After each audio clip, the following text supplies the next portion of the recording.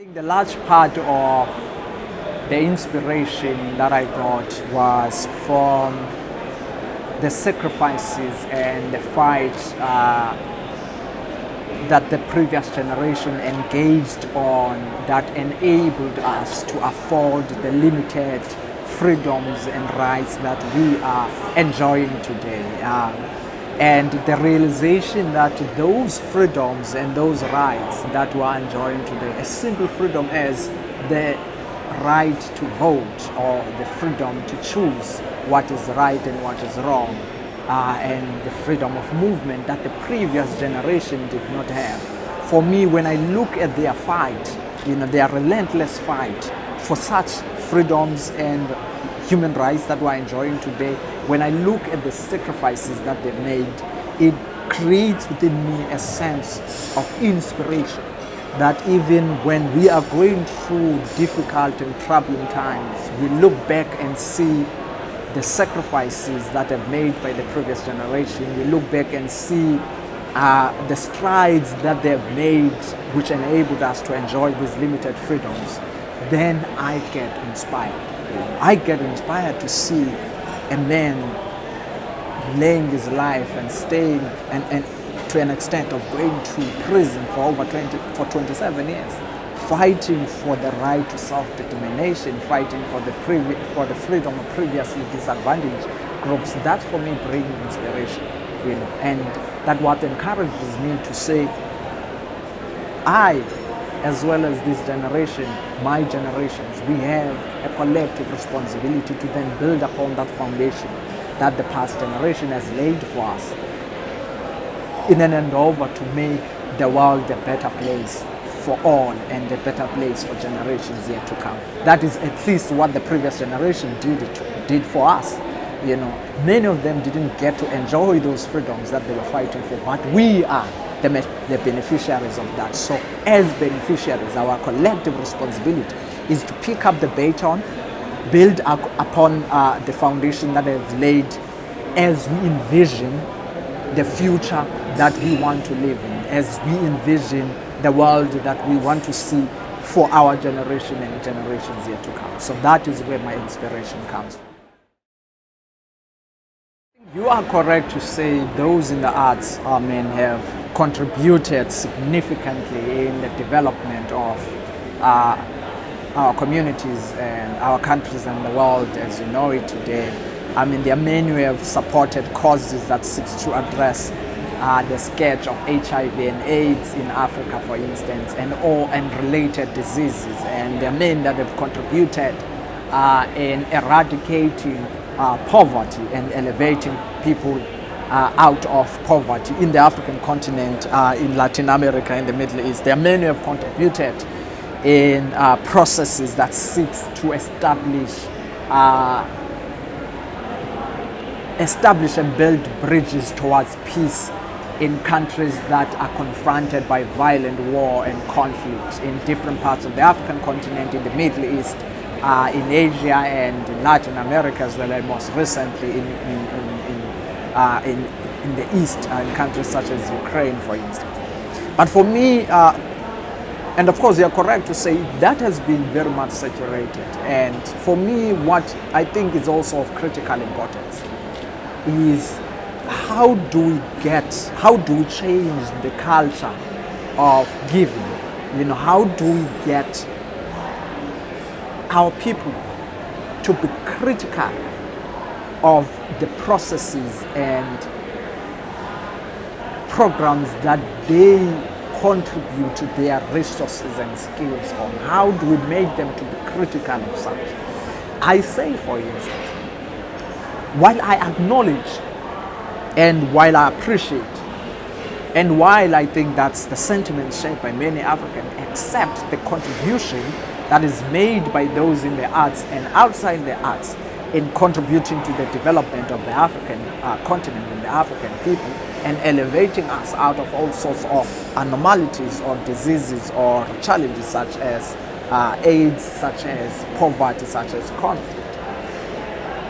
They also need to change the culture and begin to critically question the leaders of those countries that they contribute in.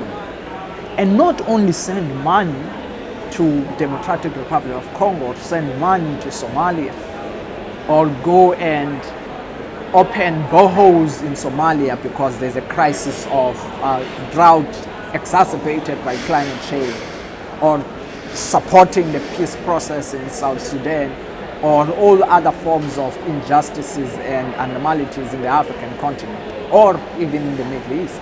They need to critically question the leaders of those countries, because for the longest of time, the argument that have been pushing, particularly as it pertains to the African continent, is that it is Africans themselves that are poor. Africa as a continent is not poor, but Africans are poor. And one of the leading and the contributing factor to Africans being poor, to Africans being relegated into a status of poverty, being exposed to all sorts of other diseases such as polio, such as cholera, such as malaria, such as AIDS, for instance, is the failure and the inability of African leaders to be clear on the program of action and to be clear on addressing the material needs of the people of African descent, the people in Africa. If you look at many countries in the African continent, most African countries are rich in mineral resources, but those mineral resources are mismanaged by African leaders, and those mineral resources are stolen by our former colonial powers, enabled by our leaders. In other words, we are poor because our leaders choose for us to be poor. We are poor because we choose to be poor, because if we can, and we can be able to do that, if we can deliberately say we are not going to vote any leader that is corrupt, whose administration is characterized by maladministration and mismanagement of state funds, then if we are saying we are going to elect leaders that prioritize hygiene politics and prioritize addressing the material needs of the people of Africa, such as investing in the infrastructure development, which is going to enable and facilitate the building of the economy in Africa, if they invest in education, that is going to enable young children in Africa to be able to be prepared to take up positions and opportunities that will contribute positively in the development of their own countries. If the leaders can invest in healthcare in Africa, we can be able to devise our own vaccines, for instance. And there's nothing that is preventing us from doing so. We have the resources. Ask yourself a question: why America, countries like the United States, in a country that is currently engaged in a civil war? Give you an example. Countries like the DRC, countries like South Sudan, why would America have a fortified and a massive embassy in the middle of nothing and in the middle of war? It's because they understand the value of that country. They understand that there are resources in that country that if the people can wake up, those countries will be developed. You look at the UAE. Of course, we can talk about the track record of UAE insofar as human rights record is concerned. But if you look at the countries such as UAE, that developed more recently, a country that developed out of a desert and it has become one of the first world countries, and everyone wants to go to Dubai. What is preventing African countries from doing that when they have, for longest of time, they've had gold, they've had diamond, and all other key strategic mineral resources that were the reason why there are even conflict in such countries? European countries, most of superpowers, they went to Africa because there were resources there. They colonized Africa because there were resources there, and there are still resources there. The fact that our leaders are mismanaging those resources, those are things that I think those who are givers need to critically question the leaders and say, what are you doing in effectively utilizing the resources that we have for the betterment and development of your own people, instead of the betterment and development of individuals and particular elites, political elites in your own country? Instead of investing to the people, they invest in the political elites. You go and look at them, they own mansions. Their kids are studying in Ivy League universities. Oftentimes they bought spaces for them in such Ivy League universities, not to say they don't all qualify. But those are some of the things that we critically need to engage on. And as Africans, we have ourselves to also blame. We need to look at ourselves in the mirror when we vote leaders who promise to build bridges where there are no waters, and we still vote them into power. We have no one else to blame but ourselves. Those are some of the things. And this is exactly what leaders such as Nelson Mandela spoke about. That if the African National Congress, which is the ruling party in South Africa, did what the apartheid regime did to you by exploiting you, you must do to them what you did to the apartheid regime when you removed them from power. This is exactly what we need to do in Africa, in most African countries.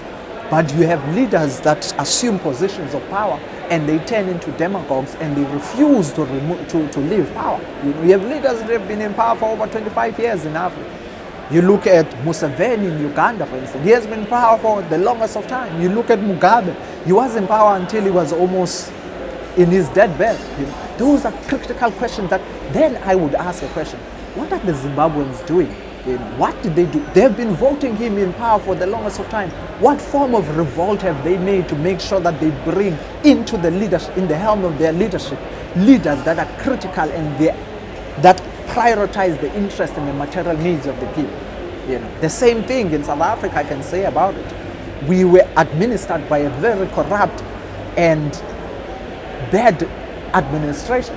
We attempted to remove him. We protested up until we managed to remove him. 9 years into his administration, eventually we managed to remove him. And those, for me, are the things that I would say to the people in the arts. They ought to be critical about where they invest their resources. They ought to question where that money goes. Oftentimes that money doesn't go to the people that need it. It goes into the pockets of these corrupt political elites. And they need to question which countries that they invest in. You cannot tell me that in this day and age, you do not critically engage why countries such as Rwanda are still led by one leader since 1994, and 25 years later it's only one leader that is still in power, and the world thinks that is correct and that should be celebrated, and the world doesn't critically question and engage why there is no change in leadership, for instance, and which is a problem in many African countries. So people in the arts, when they invest, they must critically question, are there any democratic principles in such countries where there is no transfer of power from one leader to another, but there is one leader? Imagine if Nelson Mandela was in power since 1994 and he was still in power in South Africa. Do you think we'll still be speaking so highly of him today if he did the same thing that Mugabe did, if he did the same thing that Museveni did, if he did the same thing that leaders such as Kagame and Rwanda are doing? But the world celebrates Kagame. I don't know why they're blind on Kagame, and they don't know why. Yes, he's doing great things, but there has to be a transfer of power. You can't be in power for 25 years. Since 1994, 25 years, and one individual is in power, and you think there are democratic principles in such a nation. And there are people in the arts who are investing billions of money in that particular country. What about the marginalized groupings in that country, such as Rwanda? What do we say about their freedoms? What do we say about their human rights? What do we say about the track record of human rights violations in countries such as Rwanda? The same thing happened in Zimbabwe, for instance. When Mugabe was at his prime, everyone was celebrating until the West decided actually he's not what we think he is. And now that country went down into the drain, and you see where Zimbabwe is today. And Zimbabwe was the basket of Africa. So our countries oftentimes are ruled by our leaders that we need to critically question, and that the people in the arts need to be very critical about where they invest their fortunes and resources. While we appreciate them, but we need to be critical. I would say identify sectors where you can invest such resources. Instead of sending money to build a bridge in Rwanda, for instance, invest that money to scholarship of previously disadvantaged groupings. That way you are contributing, whether there is an autocratic regime or a democratic regime, but you are investing in the future of that country. Send it into scholarships, establish scholarships instead of sending it into building a municipality hall that is going to benefit the very same people who are marginalizing and oppressing the other groupings in that particular country. So that would be my response to that question.